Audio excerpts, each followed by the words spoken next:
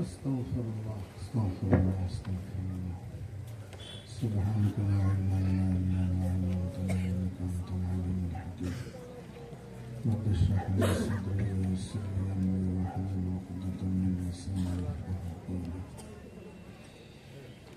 السلام عليكم ورحمة الله وبركاته.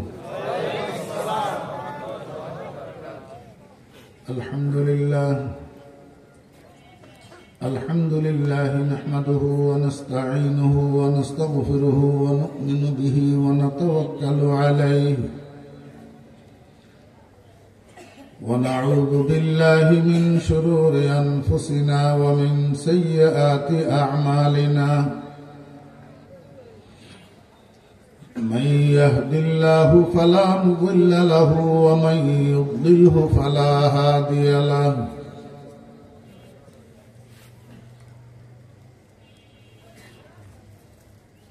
ونشهد أن لا إله إلا الله لا خالق إلا الله ولا مالك إلا الله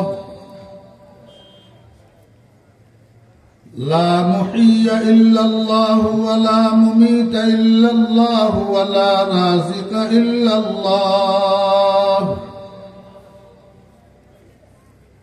ونشهد أن سيدنا وسندنا وحبيبنا ومولانا محمدا عبده ورسوله اللهم فصل وسلم عليه وعلى آله وأصحابه وأزواجه وذرياته وأهل بيته وعلماء أمته وفقهاء ملته ونجباء طريقته أجمعين. أما بعد فأعوذ بالله من الشيطان الرجيم.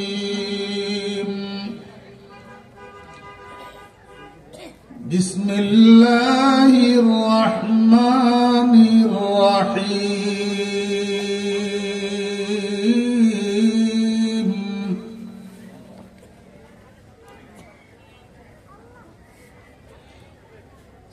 كانوا قليلا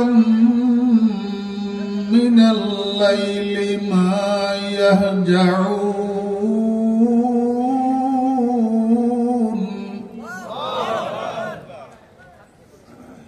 وبالأسحار هم يستغفرون.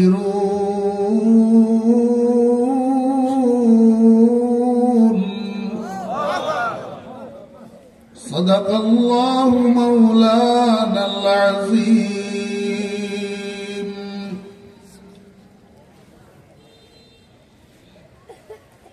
وسئل علي رضي الله عنه كيف كان حبكم للنبي صلى الله عليه وسلم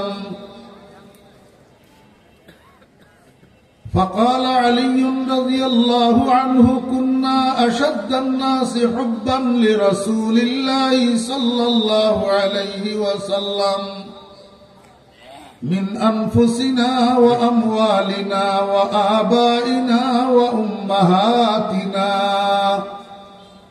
أو كما قال رضي الله عنه.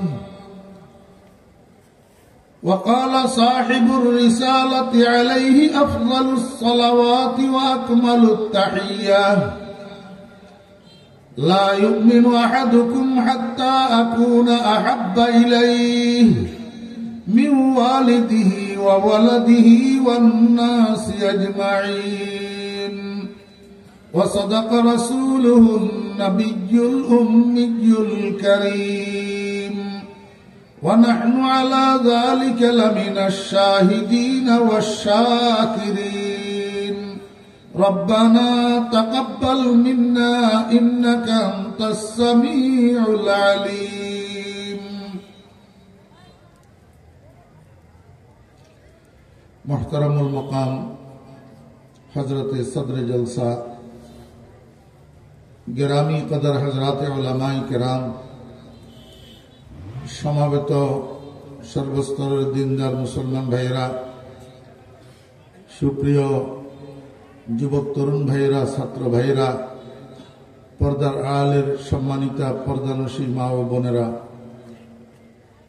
মহান আল্লাহ রাব্বুল আলামিনের অপরিসীম দয়ার ইহসান আল্লাহ রাব্বুল আলামিন আমাদেরকে আজ 22 নভেম্বর 2024 ইংরেজি তারিখে ঢাকা আশুলিয়া থানার অন্তর্গত মধুপুর উত্তরপাড়া মাদ্রাসা ওমর বিন খাত্তাব রাদিয়াল্লাহু আনহু কর্তৃক আয়োজিত আজকের এই মহতী ওয়াজ মাহফিলে আমাদেরকে অংশগ্রহণ করার তৌফিক দিয়েছেন। এজন্য আমরা সবাই মহান রব্বুল আলামিনের শুকর আদায় করি, আলহামদুলিল্লাহ।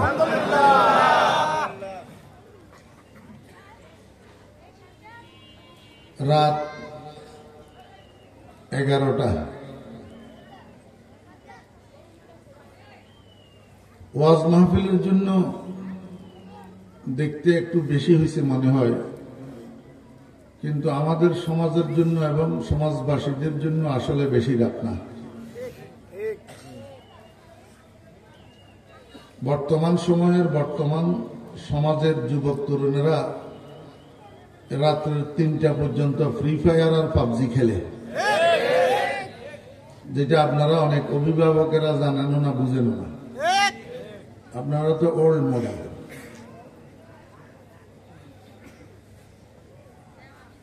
সবচেয়ে বড় কথা হলো আমাদের পূর্ব মনীষীরা দ্বীনের লাইনে, ইলমের লাইনে, বুজুর্গির লাইনে যারা উন্নতি সাধন করছেন, রাতভর ঘুমাইয়া ঘুমাইয়া কেউ উন্নতি সাধন করতে পারেন নাই। মাদ্রাসার ছাত্ররা বলতে পারবে, ফালাম্মা কানা সাহরুল লায়ালি মিম্মা জুবিলা আলাইহি আকশাল উলুম ওয়া হায়ারা মায়াদিনিল কামাল সাহিরতু লায়ালিয়ান লা নাওমা ফিহা লিআহযুয়া হাযবাহুম ওয়া উহশারা মাআহুম।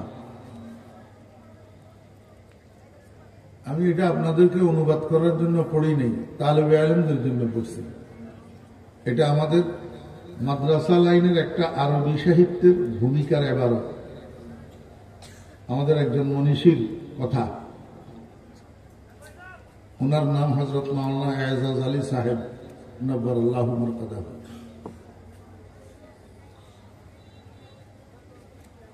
গুম বেশি যাওয়ার মধ্যে কোনো উন্নতি নেই, কম যাওয়ার মধ্যে উন্নতি।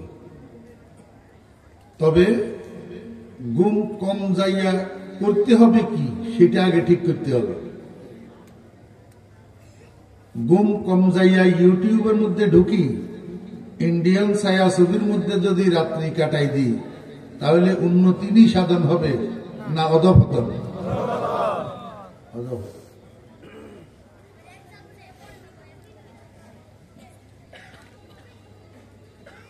আল্লাহ সুবহানাহু ওয়া তাআলা এই পৃথিবীটাকে সৃষ্টি করছেন মহব্বতের ধাতুর উপর। কিসের উপর? গোটা পৃথিবীটা চলতেছে মহব্বতের লাইনের উপর।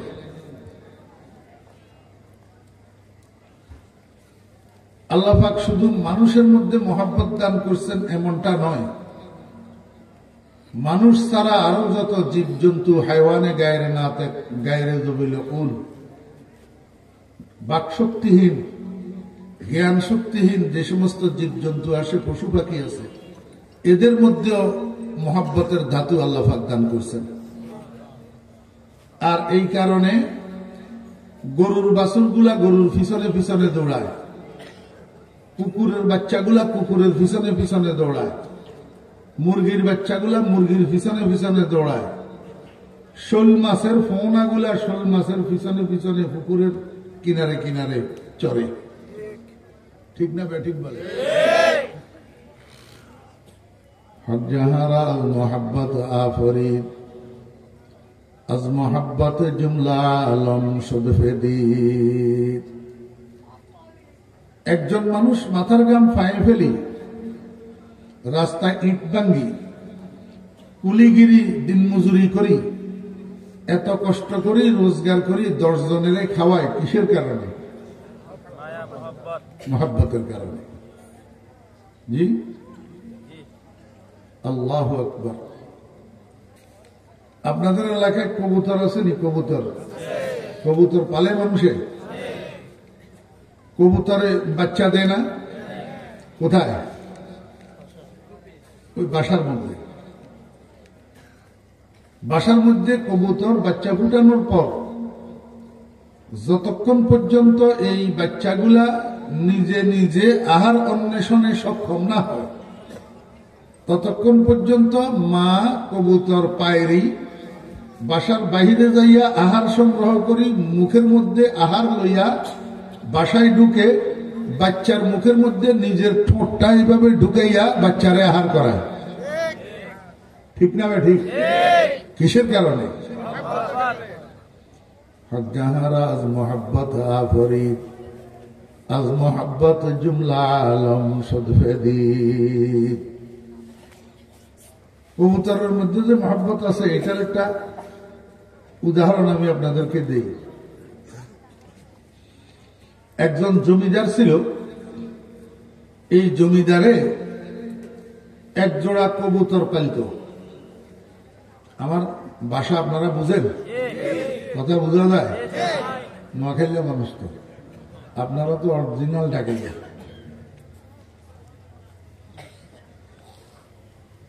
জবানে यार मंतुर की नमी दानम, अगर बूदे चे खुशबूदे जुबानम दर देहाने ऊ।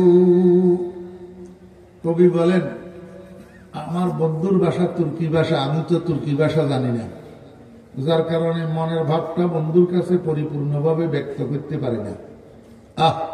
কত ভালো হইতো যদি আমার জিহ্বাটাও আমার বন্ধুর মুখে স্থাপিত হইতো, জনগণের ভাষা এক হইতো, তো মনের ভাবটা বন্ধুর কাছে ব্যক্ত করতে পারতাম। আমার অবস্থাও সেরকম। আমি তো নোয়াখালীর মানুষ, বাড়ি ফেনী, বৃহত্তম নোয়াখালী, মুখের মধ্যে নোয়াখালীর ভাষা। এখন আপনারা আমার কথা বুঝেন কি না বুঝেন আমার একটু সংশয় হয়। তাহলে একটু হানা করি। মাশাআল্লাহ। জমিদারে কি পাইতো? এক জোড়া, একটা পুরুষ একটা মহিলা। আমাদের এলাকায় পুরুষ কবুতরের পায়রা কয়, আর মহিলারে কয় পায়রি। সেম তো তাহলে ভাষা। ঘটনাক্রমে একদিন জমিদারের বউটা হঠাৎ করে মরে গেছে, এবং যেই দিন জমিদারের বউ মারা গেছে ওই দিনই বাসার মধ্যে পায়রি কবুতরটা মারা গেছে। তাহলে এখানেও বউ মারা গেল, ওইখানেও বউ মারা গেল। দুটোটা বউ তো, একটা জমিদারের বউ আর একটা পায়রা কবুতরের বউ, পায়রি। এখন রাত যখন হয়েছে, জমিদার আল্লাহর রহমতে যথারীতি প্রতিদিনের মতো ঘুমাইয়া পড়ছে এবং নাক ডাকিয়া ঘুমাইতেছে। ঘুমাইতে ঘুমাইতে রাত্রের 4টা যখন বাজছে, জমিদারের ঘুম ভাঙছে। ঘুমটা ভাঙছে যে অটো ভাঙে নাই, আর একটা আওয়াজের ধাক্কায় ভাঙছে। আওয়াজটা কিসের? ওই পায়রার বিলাপের আওয়াজ।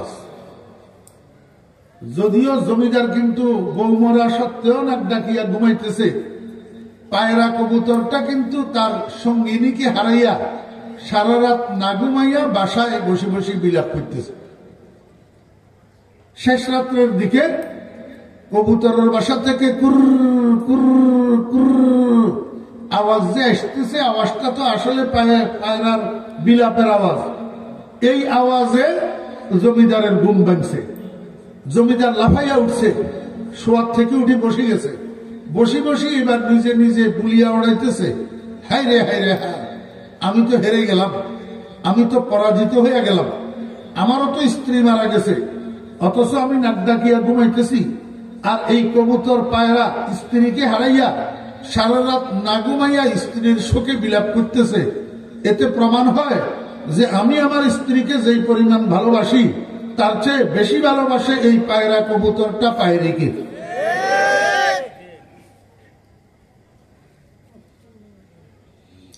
ومما شاجاني أنني كنت نائما أحلل من فرط الكرى بالتنسم أني أندعت ورقا في غصن أيكيات تردد مبكاها بحسن الترنم فلو قبل مبكاها بكيت صبابة بسعدا شافيت النفس قبل التندم ولكن بكت قبلي فهيج للبكاء بكاها فقلت الفضل للمتقدم।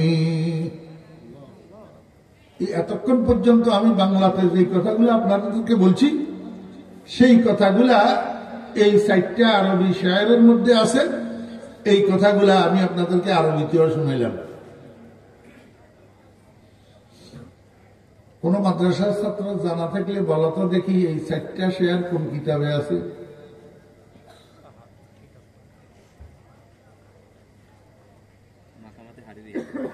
$100 পুরস্কার দিন।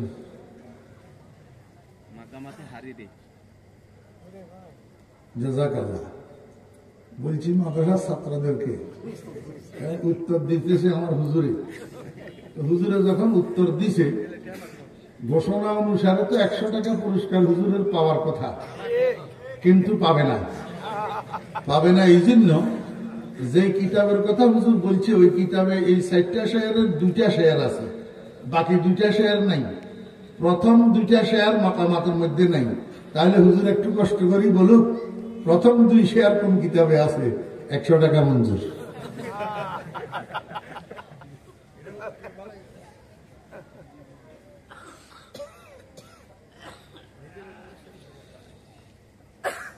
وهذا لاستفادة العلماء والطلبة। মাকামাতে হারিরি এই কিতাবটা আমাদের মাদ্রাসা সিলেবাসের উচ্চতর একটা আরবি সাহিত্যের কিতাব, যার রিডিং পড়তে দাঁত ভাঙ্গে। আল্লাহ ভালো করুক, উর্দু তরজুমাওয়ালা সরা আর এখন তো বর্তমানে বাংলাই হয়ে গেছে, এগুলা যদি ময়দানে না থাকতো তাহলে মাকামাত পড়ানেওয়ালার সংখ্যা হতো অত্যন্ত নগণ্য কম। সত্য একটা আরবি সাহিত্যের কিতাব।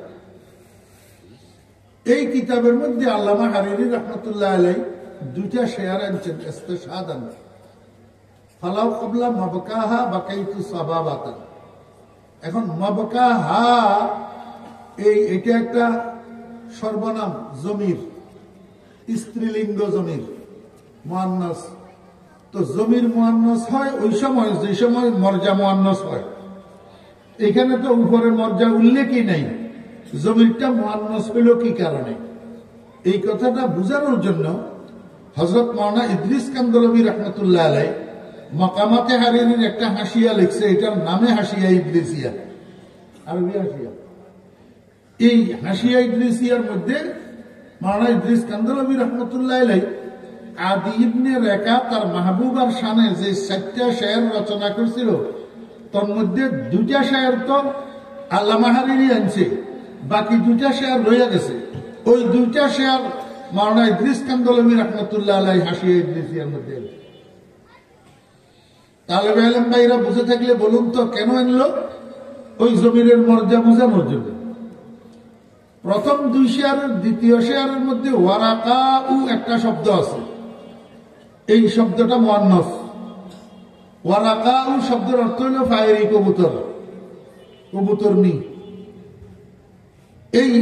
এইটার দিকে রাজ হয়েছে মক্কাহার জমির। তো মর্যাদা যেহেতু মুআন্নাস এই জন্য জমিরটাও মুআন্নাস হয়েছে। আমার আপনাদেরকে শেয়ার না বললেও আমি পারতাম, শুধু ঘটনা যেটা বলছিলাম বাংলাতে এইটাই সর্বসাধারণের জন্য যথেষ্ট ছিল। শেয়ারগুলা বললাম এবং তাহকিকটা করলাম ওই যে বললাম ইস্তেফাদাতুল উলামা ওয়াত তালাবা, এখানে শুধু আপনারা সাধারণত বসা না, ওলামায়ে কেরাম আছে না, তালেবে ইলমেরা আছে না, তাদেরও তো কিছু খোরাকের দরকার আছে। এটার দ্বারা আমি আপনাদেরকে বুঝাইলাম কি, মহব্বত শুধু মানুষের মধ্যে না, মানুষ যে একজন একজনকে ভালোবাসে এমন না, বরং মানুষ ছাড়া অন্য জীবজন্তু পশু পাখির মধ্যেও, যেমন কবুতর একটা পাখি, আর তার মধ্যেও কি আছে, মহব্বতের ধাতু আছে। এখন আমাদের বুঝার বিষয় হলো, আল্লাহ পাকের এই সৃষ্টি জগতের মধ্যে মকসদে আসলি হলো মানুষ মাখলুক। মানুষ মাখলুক, মানুষকে আল্লাহ পাক বানাবেন, কেন বানাবেন? فأحببت أن أظهر فأحببت أن أحذر فأحببت أن أحذر أظهر জহুরের থেকে আল্লাহ পাক একটা লুপ্তধন ছিলেন। আল্লাহ পাক বলতেছেন, আমি এরাদা করলাম, পছন্দ করলাম, আমি একটু নিজেকে প্রকাশ করব। নিজেকে কি করব? প্রকাশ করব। ফাখালাক্তুল খালক, এরপরে নিজেকে প্রকাশ করার জন্য আমি মখলুক বানালাম। এইখানে আল খালকের মধ্যে আল মুতলাকুল যা উতলিকা ইউরাদু বিল ফরদুল কামেল, এখানে আল খালকের থেকে মুরাদ হলো আদম। মুরাদ হলো কি? আদম। আদমকে বানাইয়া আল্লাহ পাক নিজেকে প্রকাশ করার ইচ্ছা। এখন আদমকে বানাইয়া নিজেকে প্রকাশ করবেন কিভাবে? ওই খালাকাল্লাহু আদম আলা সূরাতিহি, আদমকে আল্লাহ পাক ওর নিজের কুদরতি সূরত দিয়া তৈরি করছেন। নিজের কুদরতি সূরত দিয়া কি করছেন? তৈরি করছেন। আদমের মধ্যে যতগুলা আওসাফ, যতগুলা গুণাবলী আল্লাহ পাক দিয়েছেন, এই সমস্ত আওসাফ গুলা, গুণাবলী গুলা আহকামুল হাকিমিন রব্বুল আলামিনের সিফাতে জাতির প্রকাশ। आदम उस्तुल्लाबे औसाफे उलूस वस्फे आदम मजहरे आयाते उस इल्मे शानो लुत्फे शान चूं से तारा चरखदर आबे रवा मुत्तहिद बूदे में बाज़ाते वजूद हुक्म गैरियत बे कुल्ली महबूद बूदे आयाने जहां बे चंद चूं जिम्तियाज़े इल्मियो आईनी मचूं नागहादर जम्बशा मद बहर जूद जुमला राबा खुद से खुद बा खुद नमूद इम्तियाज इल्मिया मद दरमिया बेनिशाने रानिशाहा शुदाया। नाउजुबिल्लाह, এইগুলো আপনাদের সর্বসাধারণের বুঝার কথা না, এই জন্য সরিয়ে আসলাম। আল্লাহ পাক রব্বুল আলামিন আদমকে বানাইছে নিজে প্রকাশ হওয়ার জন্য। তাহলে আদম এবং আদমের সন্তানেরা হইল আল্লাহ পাকের মাখলুকের মুখ্য মাখলুক, মকসদে আসলি। তাহলে আদমের মধ্যে মহব্বতের ধাতু তো দিলেন, ঠিক আছে, এই পশু পাখির ভিতরে দিলেন কেন? আমার ভাইয়েরা, দোস্ত আহবাব,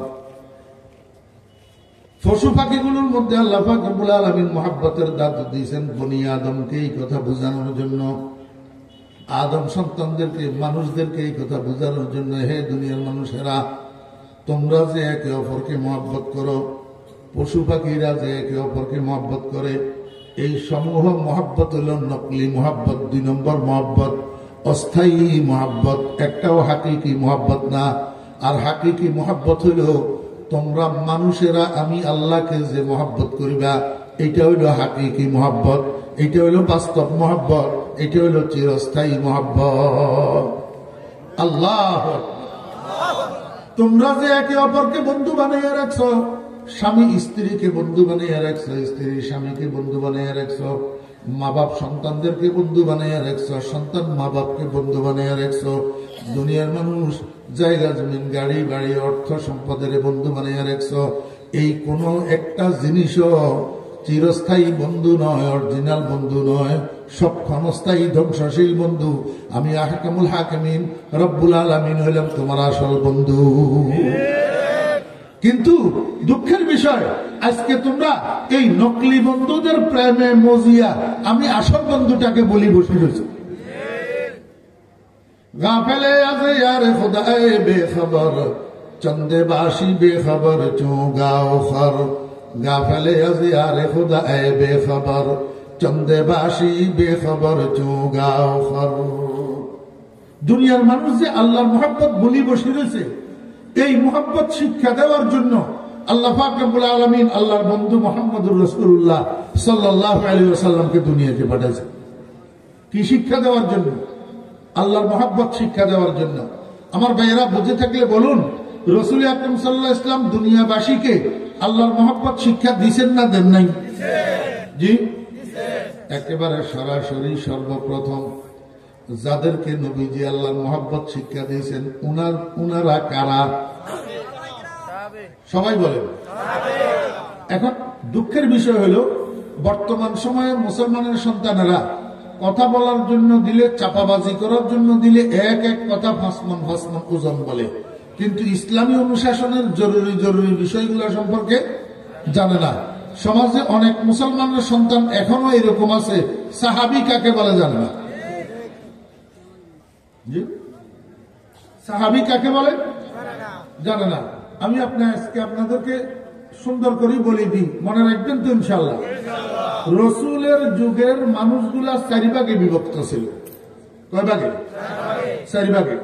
1 ভাগ মানুষ ওই সমস্ত মানুষ যারা নবীজিকে সচক্ষে দেখছে, নবীজির হাতে কালিমা পড়ি ঈমান আনছে, সেই ঈমানটাকে মৃত্যু পর্যন্ত ধরে রেখেছে, ওই ঈমানের উপরে ইন্তেকাল হয়েছে। উনাদের নাম সাহাবী। উনাদের নাম কি? সাহাবী। আর কতগুলা মানুষ যারা নবীজিকে সচক্ষে দেখছে কিন্তু হতভাগা, নবীজির হাতে হাত দিয়া কলমাও পড়তে পারে নাই, ঈমানও আনা নসিব হয় নাই, এই মানুষগুলার নাম কাফের। এই মানুষগুলার নাম কি? কাফের।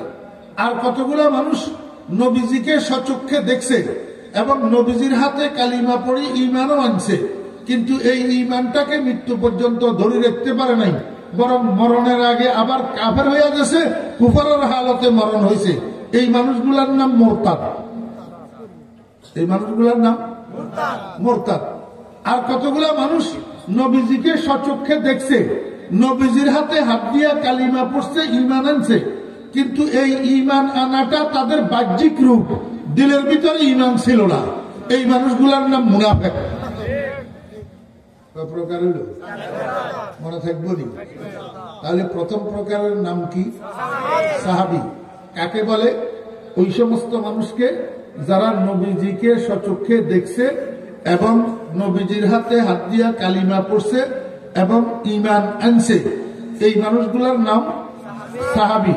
আমার ভাইরা দোস্ত আহবাব, এই সাহাবায়ে কেরামের মধ্যে যিনি সর্বপ্রথম নবীজির হাতে হাত দিয়া কলমা পড়ছেন, আউয়ালুল মুসলিমিন এবং আফজালুন নাসে বাদাল আম্বিয়া, সমস্ত নবী রাসূলদের পরে আদম আলাইহিস সালাম থেকে কিয়ামত পর্যন্ত যত মানুষ দুনিয়াতে আসবে, এদের সর্বশ্রেষ্ঠ মানুষের নাম আবু বকর। কি নাম?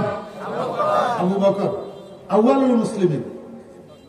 মক্কা শরীফের সরদারেরা একত্রিত হই একদিন গেছে আবু বকরের ঘরে, যাইয়া কয়, আবু বকর, আপনি তো দুনিয়াদারির খবর রাখেন না, এই যে আমাদের আব্দুল্লাহর ছেলে মুহাম্মদ সাল্লাল্লাহু আলাইহি ওয়াসাল্লাম, রাসূলুল্লাহ সাল্লাল্লাহু আলাইহি ওয়াসাল্লামের নাম যতবার আমার মুখ থেকে বাইর হবে ততবার বলবেন সাল্লাল্লাহু আলাইহি ওয়াসাল্লাম। কেন? সেই কথাটা এই অল্প সময়ে বলা সম্ভব না। আমারও তো এই হুজুরের দিছে 11টা, এখন 11:30 বাজিয়ে গেছে, তাহলে আমি আর কথা বলবো কোন সময়?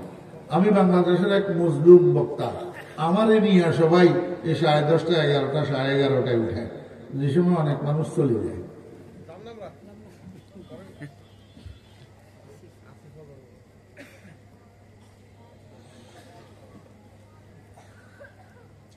মক্কা শরীফের সরদাররা আবু বকরের ঘরে যাইয়া কি কয়, আবু বকর, আপনি তো দুনিয়াদারির খবর রাখেন না, এদিকে আমাদের আব্দুল্লাহর ছেলে মুহাম্মদ আমাদের হাতের উপরে বড় হইল, দেখলাম কত ভদ্র, কত নম্র, কত সত্যবাদী, কত বিশ্বাসী।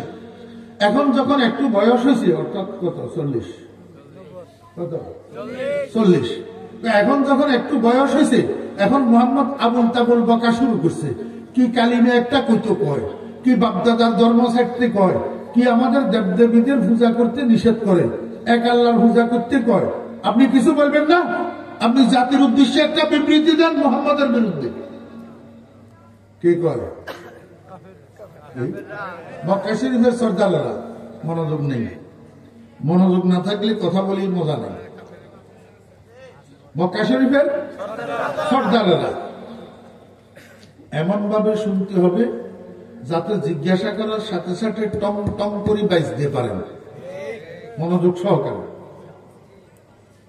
আবু বকর কয়, জি আমি মোহাম্মদের বিরুদ্ধে কেমনে বিবৃতি দেব? আমি তো এখনো মোহাম্মদকে চিনিও না, মোহাম্মদ সম্পর্কে কিচ্ছু জানি না। তো না জানিয়ে একটা মানুষ সম্পর্কে বিবৃতি দেওয়া ঠিক? আপনারা বরং একটা কাজ করেন, আজকের রাতটা আগামীকাল সকাল পর্যন্ত আমাকে একটু সময় দেন, আমি কতগুলা প্রশ্ন তৈরি করি, আগামীকাল সকালে মোহাম্মদের ঘরে যাই, মোহাম্মদকে প্রশ্নগুলা করি। যদি মোহাম্মদ আমার প্রশ্নের সঠিক উত্তর দিতে না পারে, তাহলে আমি সেখান থেকে আসি, মোহাম্মদের বিরুদ্ধে আপনাদেরকে বিবৃতি দেব। নেতারা এটা মানছে। আচ্ছা, রাত একটার ব্যাপারে না, ঠিক আছে, কালকে সকালে বিবৃতি দিয়ে। ওইদিকে ঘটনা ঘটতেছে কি, রাসূল আকরাম সাল্লাল্লাহু আলাইহি ওয়াসাল্লাম নবুয়ত প্রাপ্ত হওয়ার পর মক্কা শরীফের গলিতে গলিতে ঘুরে ঘুরে তেমোহানি মোড়ে মোড়ে চৌমোহানি মোড়ে মোড়ে দাঁড়াইয়া দাঁড়াইয়া ইয়া আইয়ুহান নাস কুলু লা ইলাহা ইল্লাল্লাহ তুফলিহুন, দাওয়াত। কি দাওয়াত? বুঝে থাকলে বলুন তো, এটা অমুমি গাছ না খুসুসি গাছ? বলে খুসুসি গাছ। এটা অমুমি গাছ না? এইভাবে প্রতিনিয়ত প্রতিদিন রাসূল আকরাম সাল্লাল্লাহু আলাইহি ওয়াসাল্লাম দাওয়াত দিয়ে যাইতেছেন মক্কার ভিতরে ঘুরি ঘুরি, কিন্তু একটা মানুষও কলমা পড়ে না, একটা মানুষও ঈমান আনে না, একটা মানুষও নবীজির দাওয়াতটা গ্রহণ করে না। নবীজি পেরেশান হয়ে গেছে, টেনশনে পড়ে গেছে। দায়মাল ফিক্রি ওয়া মুতাওয়াসিল আল আহজান। আল্লাহ পাক রব্বুল আলামিনকে, বন্ধু এইটা কি? আপনার কাম হইছে দাওয়াত দেওয়া, তারা দাওয়াত গ্রহণ করবে কি করবে না সেটা তো আমার ব্যাপার, আপনি কেন নিজেকে হালাক করতে বসছেন? ফালা আল্লাহকা বাকিউন নাফসাকা আলা আসারি। আল্লাহর হাবিব জনাব রাসূলুল্লাহ সাল্লাল্লাহু আলাইহি ওয়াসাল্লাম রাত্রে ঘুমানোর জন্য শোয়ার বিছানায় শুইছেন। শুইয়া শুইয়া চিন্তা করে, কি করব, এখন একটা মানুষও তো কলমা পড়ে না, তাহলে বোঝা গেল এই সার্বজনীন দাওয়াত কাজে আসতেছে না। এখন খুসুসি গাস্ট করতে হবে, পার্সোনাল দাওয়াত দিতে হবে। কিন্তু এই পার্সোনাল দাওয়াতের জন্য সর্বপ্রথম কাকে সিলেক্ট করব, সর্বপ্রথম কার কাছে যাব কালিমার দাওয়াত নিয়ে? আল্লাহর হাবিব জনাব রাসূলুল্লাহ সাল্লাল্লাহু আলাইহি ওয়াসাল্লামের দিলের মধ্যে আসছে মক্কা শরীফের একটা সম্ভ্রান্ত ফ্যামিলি, আবু কুহাফার ফ্যামিলি, ভেরি জেন্টাল ফ্যামিলি। নবীজি দিলে দিলে চিন্তা করেন, সর্বপ্রথম কালিমার পার্সোনাল দাওয়াত লইয়া আবু বকরের কাছে গেলে কেমন হয়? আবু বকর লোকটা অত্যন্ত ভদ্র, অত্যন্ত নম্র, অত্যন্ত জেন্টেল।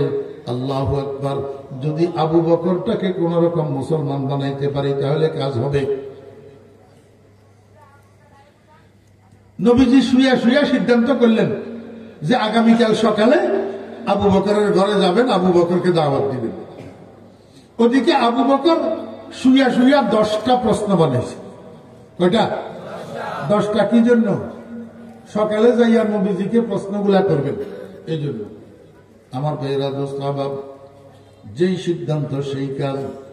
সকালবেলায় মুহাম্মদুর রাসূলুল্লাহ সাল্লাল্লাহু আলাইহি ওয়াসাল্লাম ঘর থেকে বাইর হলেন, উদ্দেশ্য আবু বকরের ঘরে যাবেন। ওদিকে আবু বকরও সেম টাইমে ঘর থেকে বাইর হলেন, উদ্দেশ্য নবীজির ঘরে যাবেন। অর্ধেক রাস্তা যখন আসছে, পথিমধ্যে দুজনের সাক্ষাৎ হয়ে গেছে।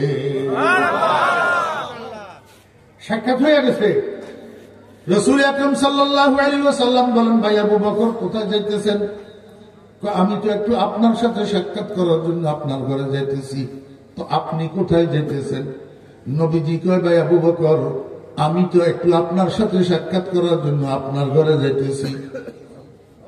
আবু বকর কয়, জি জনাব, কেন আমার ঘরে আপনি কেন যাইতেছেন? রাসূল আকরাম সাল্লাল্লাহু আলাইহি ওয়াসাল্লাম কয়, আগে আপনারটা বলেন, আপনি আমার ঘরে কেন যাইতেছেন?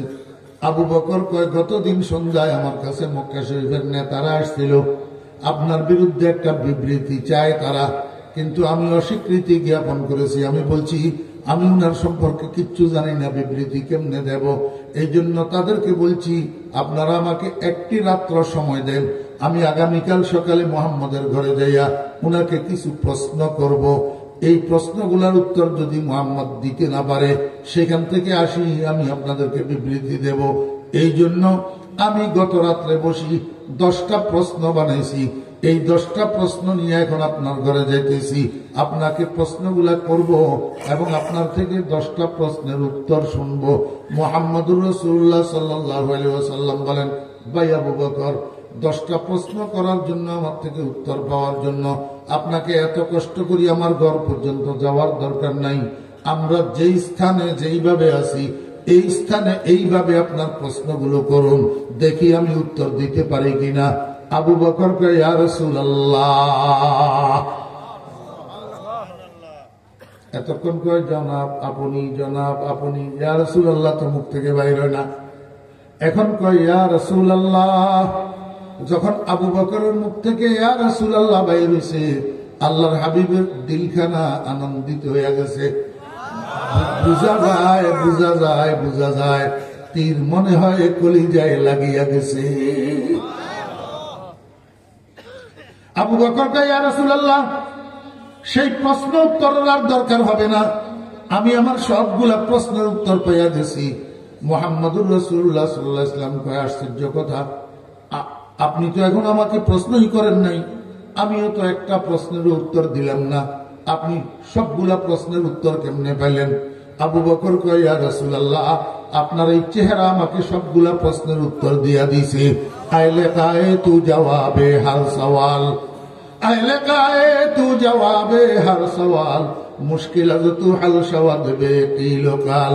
ইয়া রাসূলুল্লাহ, আমার দিলের মধ্যে বিশ্বাস হয়ে গেছে এই চেহারাখানা কোন মিথ্যাবাদীর চেহারা হইতে পারে না। এই চেহারাওয়ালা জবানের থেকে যেই কথা বাইর হবে এটা অকেক্ট সত্য, কোনো সন্দেহ নাই।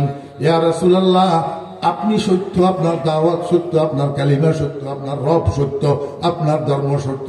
আর দেরি করবেন না, আমাকে একটু তাড়াতাড়ি পড়াইয়া দেন লা ইলাহা ইল্লাল্লাহু মুহাম্মাদুর রাসূলুল্লাহ। আউয়ালুল মুসলিমিন, আউয়ালুল মুসলিমিন। আমার ভাইরা, দোস্ত আহবাব, এই কারণে আবু বকর সিদ্দিক, এই কারণে আবু বকর আফজালুন নাস। وللصديق رجحان جلي، وللصديق رجحان جلي على الأغيار من غير احتمال। শুধু উম্মতে মুহাম্মদিয়া না, উমামে সাবেকার নবীদের যত উম্মত আছে, এই সমস্ত উম্মতের উপর দিয়া উম্মতে মুহাম্মদিয়া সহ সমস্ত মানুষের উপরে দিয়া শ্রেষ্ঠ মানুষ আবু বকর। আর এই কারণে আবু বকর মুহাম্মদুর রাসূলুল্লাহ সাল্লাল্লাহু আলাইহি ওয়াসাল্লামের সাহাবী। এটা কোরআনের দ্বারা সাব্যস্ত, অন্য কোন সাহাবীর সোহবতে নবী কোরআনের দ্বারা সাব্যস্ত না। আমার ভাইয়েরা, দোস্ত আহবাব, এই জন্য আল্লাহ পাক রব্বুল আলামিন বলেন, সানি আসনাইন ইয হুমা ফিল গার ইয ইয়াকুলু লিসাহিবিহি লা তাহজান ইন্নাল্লাহা মা'ানা। কথা বলতে গেলে লম্বা হয়, আর সেদিকে গেলাম না। রাসূল আকরাম সাল্লাল্লাহু আলাইহি ওয়াসাল্লাম সাহাবায়ে কেরামদেরকে আল্লাহর মহব্বত শিক্ষা দিয়েছেননি? সাহাবায়ে কেরাম আল্লাহকে মহব্বত করতেন কিনা? বিল ওয়াসাতা না বেলা ওয়াসাতা? সরাসরি না একদমই? সাহাবায়ে কেরামের মধ্যে হুব্বে ইলাহি ছিল, কিন্তু এই হুব্বে ইলাহি বরাহে রাস্ত নয়, বেলা ওয়াসাতা নয়, বওয়াসিতায়ে হুব্বে রাসূল, বওয়াসিতায়ে হুব্বে রাসূল। সাহাবায়ে কেরাম আল্লাহকে মহব্বত করতেন, এই মহব্বতের জন্য রাসূলের মহব্বত ওয়াসাতা ফিস সুবুত বিল মা'নাল আউয়াল। রসুলের মহব্বতের ওয়াসিতায়। এখন জানা দরকার সাহাবায়ে কেরাম রসুলকে কি পরিমাণ মহব্বত করতেন। আমার ভাইয়েরা, দোস্ত, আহবাব, হযরত আলী রাদিয়াল্লাহু আনহুকে জিজ্ঞেস করা হলো, কাইফা কানা হুব্বুকুম লিন-নবী সাল্লাল্লাহু আলাইহি ওয়াসাল্লাম। ও আলী, হযরত আলী রাদিয়াল্লাহু আনহুর শাগির্দ একজন তাবেঈ উস্তাদের জিজ্ঞেস করতেছে, কাইফা কানা হুব্বুকুম লিন-নবী সাল্লাল্লাহু আলাইহি ওয়াসাল্লাম, উস্তাদ জি, আপনারা নবীজিকে কেমন মহব্বত করতেন, নবীজির জন্য আপনাদের মহব্বত কেমন ছিল। হযরত আলী রাদিয়াল্লাহু আনহু উত্তর দেন, কুন্না আশাদ্দান নাসি হুব্বান লিরাসূলিল্লাহি সাল্লাল্লাহু আলাইহি ওয়াসাল্লাম মিন আনফুসিনা ওয়া আমওয়ালিনা ওয়া আবাইনা ওয়া উম্মাহাতিনা। আমরা নবীর সাহাবীগণ, আমরা নবীর সাহাবীগণ রাসূল আকরাম সাল্লাল্লাহু আলাইহি ওয়াসাল্লামের মহব্বতের মধ্যে কঠিন ছিলাম, কঠোর ছিলাম, মজবুত ছিলাম, সীসা ডালা প্রাচীরের মতো। আমরা নবীজির মহব্বতকে আমরা এত বেশি করতাম, যেটা আমাদের নিজের জীবনের থেকেও বেশি, আমাদের সম্পদের চেয়েও বেশি, আমাদের মা বাপের চেয়েও বেশি।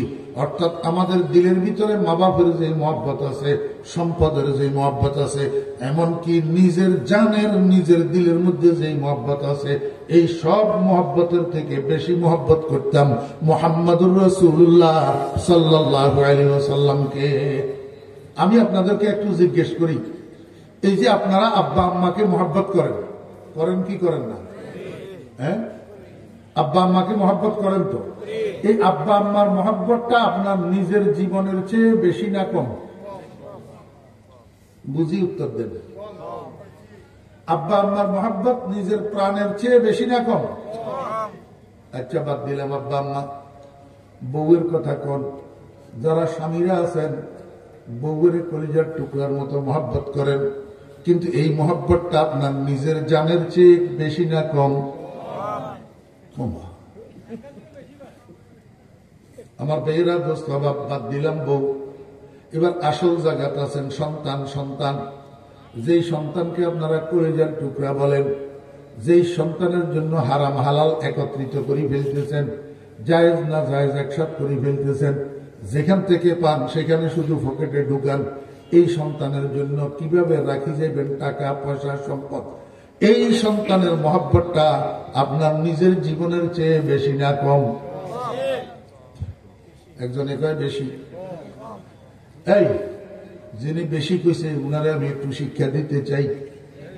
কেমনে শিক্ষা দিব জানেননি?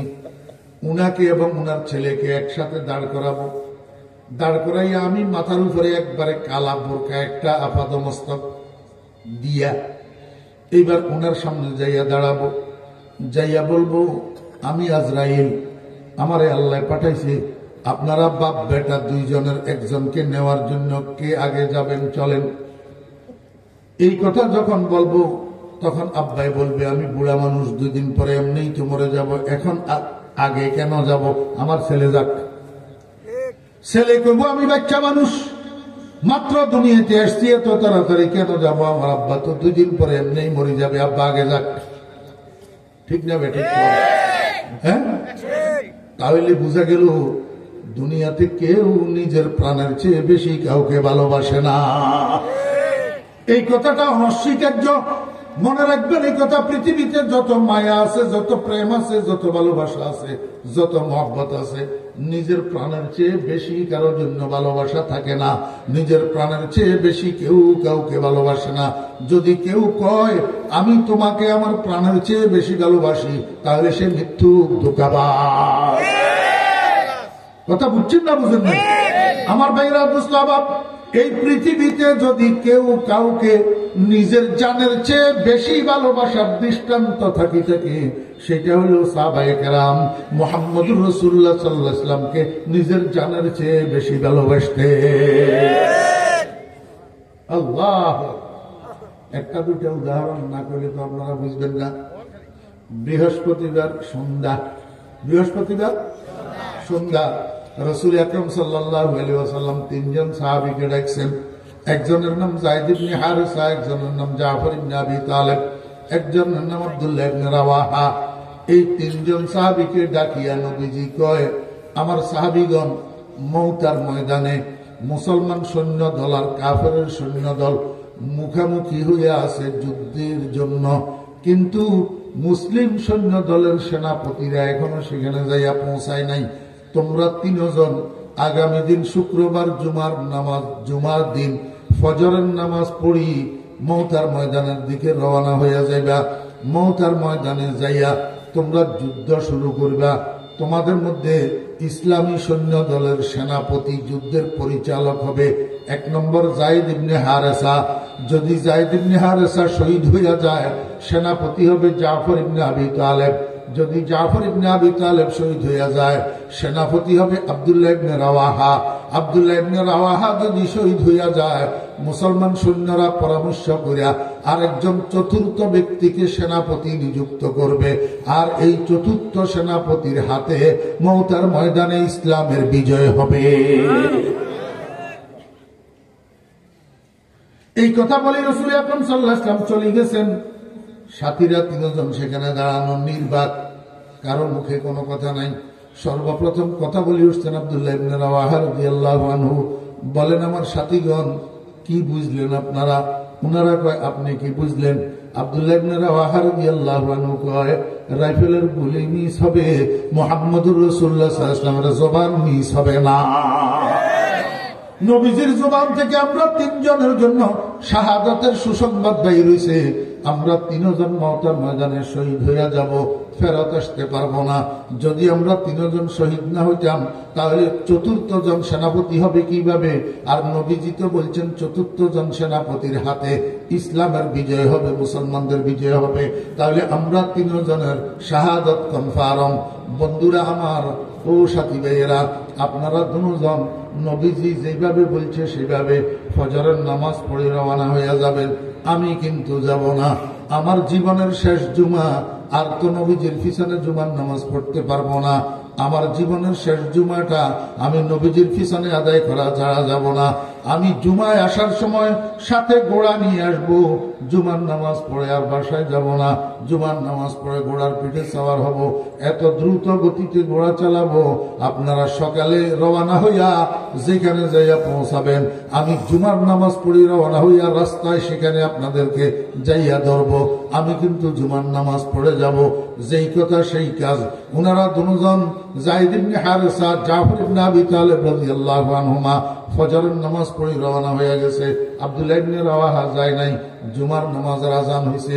আব্দুল্লাহ ইবনে রাওয়াহা রাদিয়াল্লাহু আনহু সম্পূর্ণ প্রস্তুতি লইয়া ঘর থেকে বাইর হয়েছেন। মসজিদের সামনে ঘোড়াটা বান্ধি মসজিদে ঢুকছেন। আল্লাহর হাবিব জনাব রাসূলুল্লাহ সাল্লাল্লাহু আলাইহি ওয়াসাল্লাম মিম্বরের উপরে দাঁড়াইয়া খুতবা দিতেছেন। রাসূল আকরাম সাল্লাল্লাহু আলাইহি ওয়াসাল্লাম খুতবা দেওয়াকালীন এইভাবে মসজিদের মধ্যে নবীজির দৃষ্টি যে ঘুরতেছে, এই ঘুরার মধ্যে নবীজির নজর যাইয়া পড়ছে আব্দুল্লাহ ইবনে রাওয়াহার চেহারার উপর।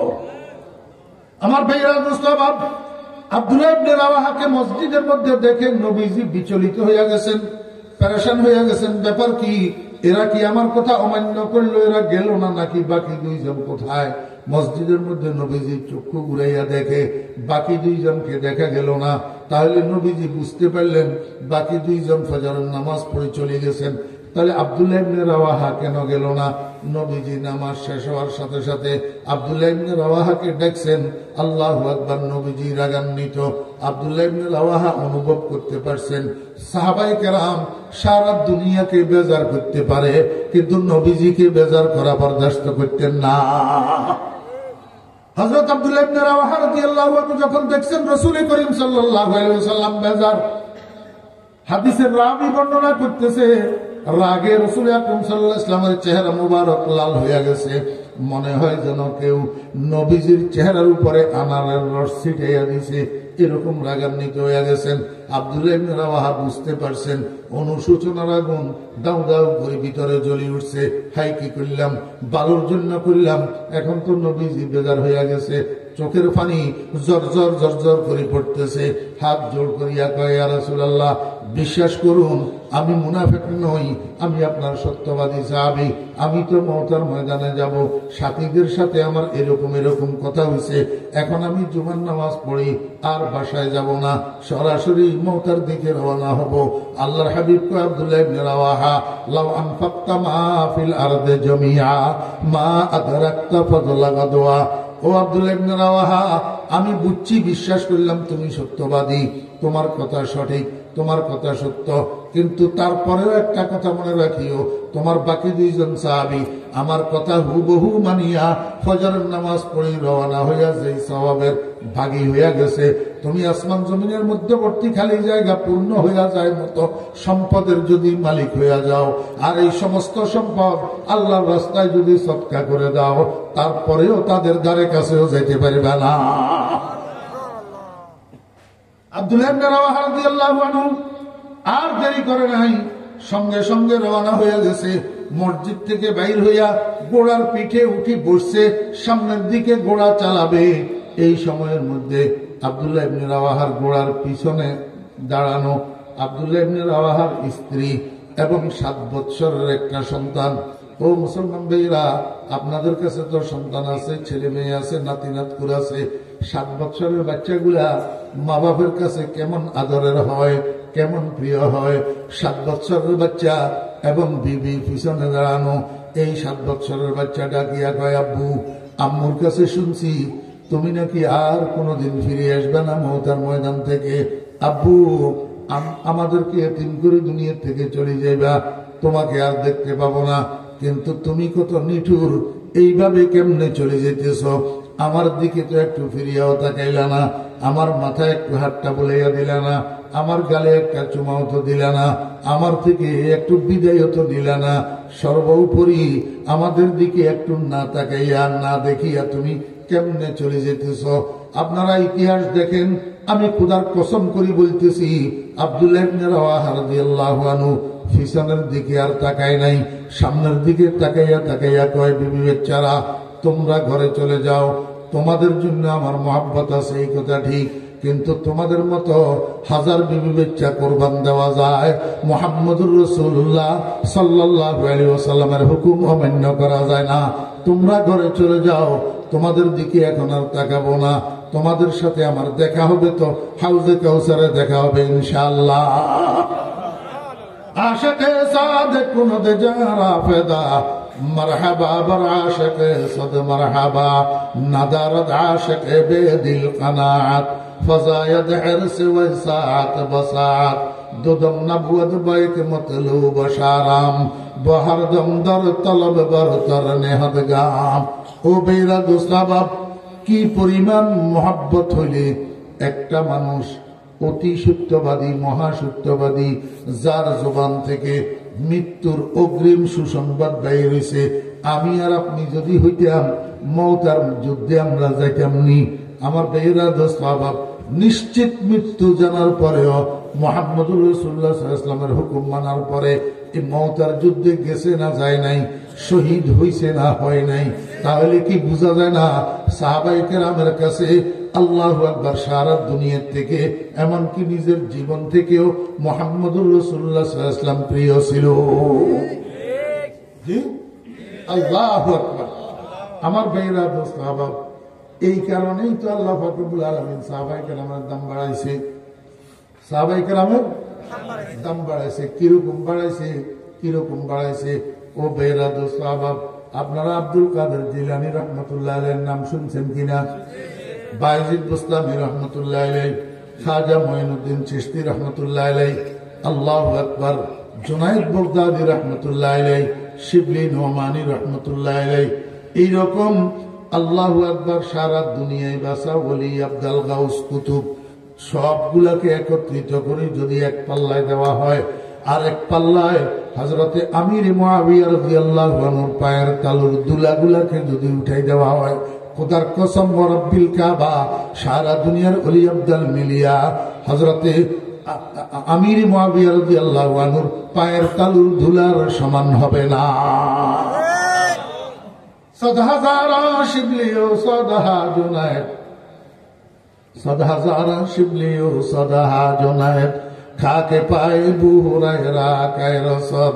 আমার ভাইয়েরা, দোস্ত আহবাব, ও ছোট ভাইয়েরা, যুবক ভাইয়েরা, তরুণ ভাইয়েরা, স্কুল কলেজে পড়ো যে তোমরা, মাদ্রাসায় পড়ো যে, বিভিন্ন রাজনৈতিক দলের কর্মীরা আছো যে, খবরদার খবরদার, কারো প্ররোচনায়, কথার প্ররোচনায়, লিখার প্ররোচনায়, কারো কথা শুনে, কারো বই পড়ে কখনো সাহাবীদের সম্পর্কে অন্তরে বিদ্বেষ লালন করবা না।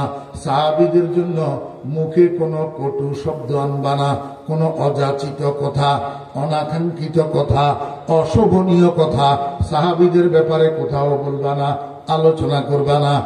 এমনকি হযরতে আমির মুআবিয়া সম্পর্কেও না। আমির মুআবিয়া রাদিয়াল্লাহু আনহু, আমার ভাইয়েরা, দোস্ত আহবাব, আজকে সারা দুনিয়ার মানুষগুলা যদি আল্লাহর ওলিতে পরিণত হয়, শত সহস্র কোটি মানুষ সবাই যদি আল্লাহর ওলি হইয়া যায়, আর সবগুলাকে যদি এক পাল্লায় দেওয়া হয়, হযরত আমির মুআবিয়া রাদিয়াল্লাহু আনহুর একটা পশমের সমান হবে না। কেননা উনাদেরকে আল্লাহ পাক রব্বুল আলামিন নবীজির সোহবতের জন্য নির্বাচন করছে। নবীজির সোহবতের জন্য কি করছে?